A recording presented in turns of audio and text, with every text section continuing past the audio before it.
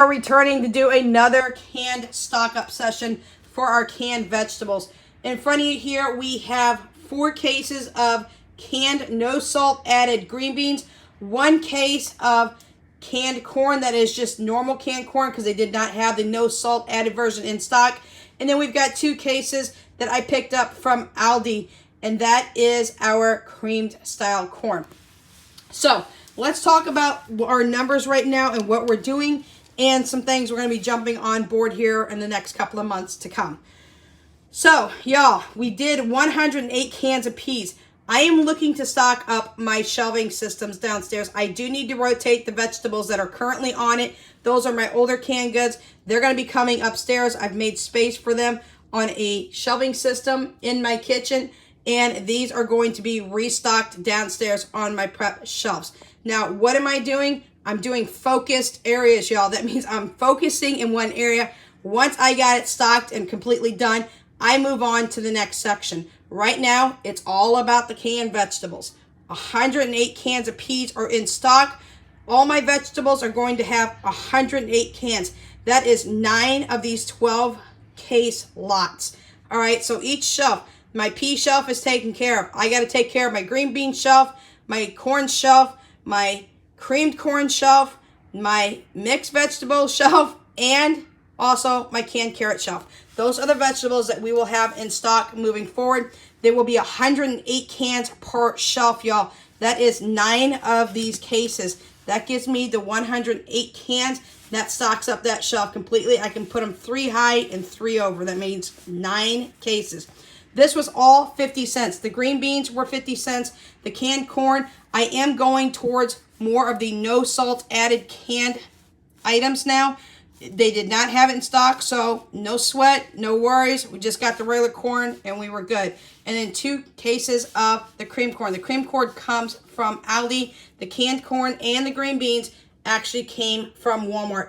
Y'all, they were all 50 cents a can. So an entire 12 case lot is what we call our case lots here. That was only $6. So you're looking at $42 for 7 cases, y'all. That is $6 per case times 7. That's $42 plus, yes, we do have tax in our state. So once I get that taken care of, y'all, we are definitely going to go ahead and move on to the next section. We do have canned beans that will be coming up. We do have canned tomato products. Now, we're going to lease in our canned tomato products, and here's why. We have our cherry tomatoes that we are currently germinating and planting now.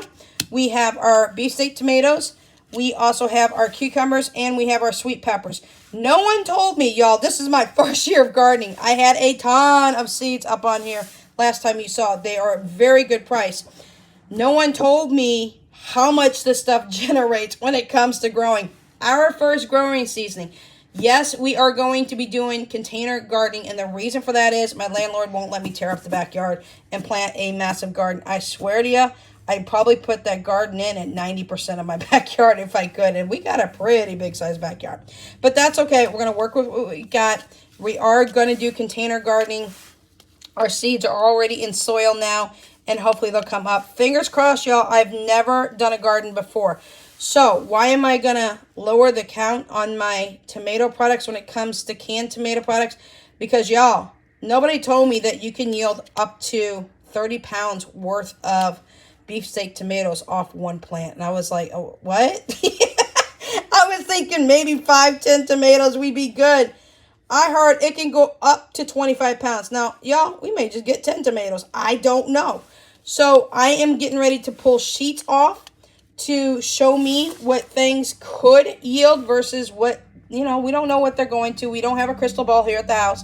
So whatever we get off is going to be a blessing regardless, because that's 1 less tomato I need to buy, 1 less package of cherry tomatoes I need to buy, 1 less cucumber, 1 less package of sweet peppers, y'all. So these are 4 of the main things that we are going to be growing this year. We're just giving our hand at it.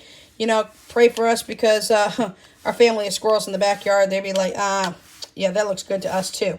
So we're going to be doing that. I am going to be in the market to get an Excalibur dehydrator as well. I do want to take these tomato products and start canning, y'all. We do not have an electric canner yet. I am in the market for that. I will be buying some canning items as well, such as the jars, the lids, things of that nature. And we're going to learn how to can our own tomato products. Everything from diced tomatoes to homemade tomato sauce to homemade spaghetti sauce. Maybe if we can get everything down and right to do tomato paste, things of that nature. So that's why we're going to be lowering the amount that we are using when it comes to purchasing canned tomatoes like we're doing here with the vegetables. So we are going to be doing that. You'll have to wait and keep fingers crossed for the updates on how our plants do this year. We are going to be pulling out some grow sheets. Or I'm going to be pulling out how many pounds that I'll get from each one of these, approximately how many seeds I need to plant per person in order to do things of that nature. When we come to the cucumbers, we're going to try to make homemade pickles. Lord help us. I don't know if we can or not, but yeah, we got to start somewhere and try somewhere. So we are going to be starting to can after this growing season. I'm super excited. We may be doing it while we're doing the growing season if we yield a lot of tomatoes like they're claiming that it's possible. And we're going to go with it. We're going to see what we can get in a full bit. The peppers will definitely be chopped up and flash frozen and then put into Ziploc bags and food saver bags as well and thrown into the freezer. The food saver will be for longer term. The Ziploc freezer bags will be for very short term.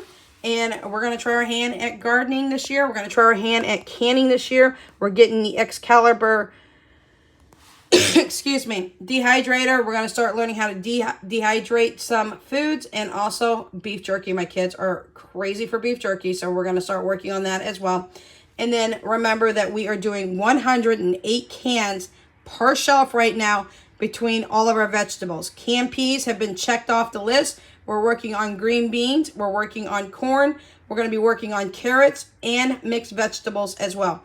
We don't really care for the sliced potatoes, so those are out for us.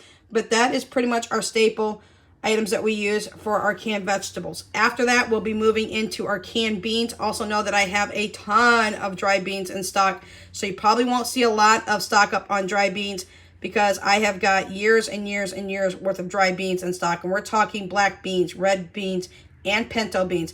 But we will be getting canned kidney beans, most likely the chili version, because that's what we use ours for. So why not get it if it's already pre-seasoned? Do it that way. We will get canned black beans. We will get refried beans. We'll get the version that my kids like and the fat-free version, which I like. We are going to reduce our tomato products due to the fact that we are going to be gardening. And we will move on from section to section. So stay tuned. Any questions, comments, concerns, suggestions, leave them in the comment section down below. If you all can lead me in the right direction when it comes to gardening, if you know any kind of resources, printable resources that I can get and print off that might help me, I'd appreciate it. We'll be also running to the library to get some canning books and some gardening books because y'all, I don't have a green thumb, I'll be real honest. I killed a cactus a couple of years ago, and that's only because I didn't have grow lights and I didn't know they needed them. So if I can kill a cactus, Lord help me if I can keep all these little creatures down here alive so that we can also lower our food costs. The more that we're growing, the less we're buying in the store. And this is just go around number one. If we do really well, next year we'll be adding more and more into our seed packets. I'll be collecting seed packets and storing them in proper temperature environments so that we can keep going with that. I will also harvest seeds out of some of these as well so that we can grow them as well after we dry those out and put them in an airtight container and save them for the next season. So anyways, any kind of resources that you can lead me towards in the canning department, learning how to can foods. I'm watching a lot of YouTube videos. Like I said, I'm going to get some books from the library. If all of you veteran canners are out there, hit me up, give me YouTube channels, give me some advice. Same thing with growing and gardening because I'm starting to learn a lot more by watching videos on that as well. So that's what we have for you today. We'll catch you in the next video. Until then, Without Limits is out.